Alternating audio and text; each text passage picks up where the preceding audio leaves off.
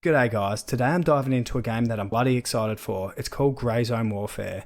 It's a top-notch tactical shooter developed by the legends over at Madfinger Games, and let me tell you, it's not going to be your average extraction shooter. The buzz around Grey Zone Warfare is absolutely massive, with the gamers in the community calling it the Tarkov killer. Early comparisons are between Grey Zone Warfare and heavy hitters like Escape From Tarkov, DayZ, Arma, and Ready or Not. This game is next level, and it's setting out to be the most realistic tactical shooter in 2024, and it's got the potential to smoke other similar games right out of the water. Before we dig into all the details, let me just give you a quick rundown of the game. Grey Zone Warfare draws inspiration from the Soviet novel Roadside Picnic and the movie Stalker. It's set on Lemong Island, which is a fictional place inspired by Southeast Asia, and it's played out on a massive 42 square kilometre map.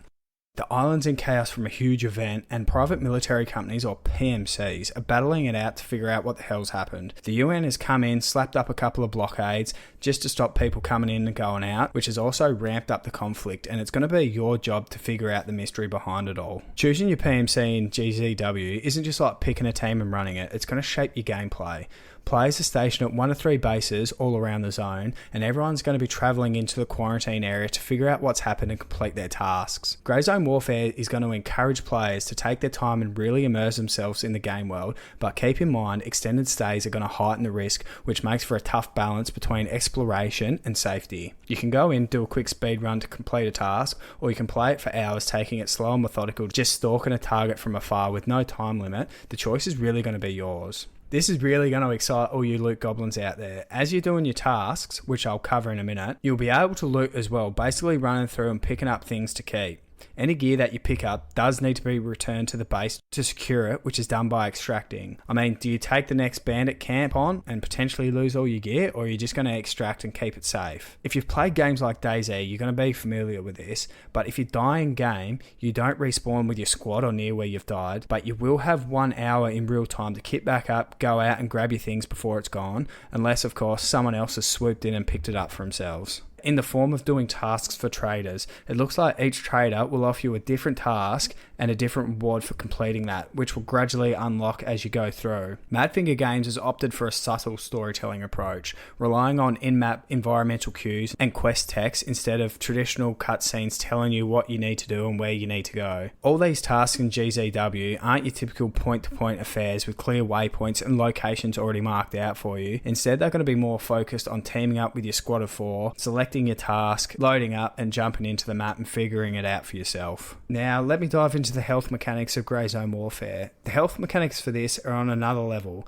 and if you've played any like Tarkov, you're definitely going to be familiar with this, but if not, Grey Zone Warfare is not going to be your typical health bar at the bottom that slowly drops when you're taking damage. It's going to be featuring segmented limbs, organs and bones, which when they get damaged, you're going to need different meds to stabilise your player. So if you get a gunshot wound, you're going to need to patch yourself up so you don't die of blood loss, or if you get shot in the arm and you break your arm, you're going to need to use a splint so you can patch yourself up and get back out there. You can have your squad mates do quick surgeries on you as well to get you back up on your feet if you go down, but you're still alive. If they don't do that surgery, you're going to die, and like I said before, there's no respawning with your team or at your loot. GZW is going to run on Unreal Engine 5, and the team at Madfinger Games have already added their own technology to it to enhance it even further. This blend of engine capabilities and additional features turbocharges graphics beyond what Unreal Engine 5 standards are, as you can see in the trailer videos. They've also implemented dynamic weather, which is molded around the weather in Asia, meaning it could be sunny for a couple of days or it could rain for a couple of days straight. And in this case, if it does, it's actually going to cause some flooding on the map, and it's going to change the way that you and the AI are going to interact with the map. So now the information you've all been really waiting for, the release date.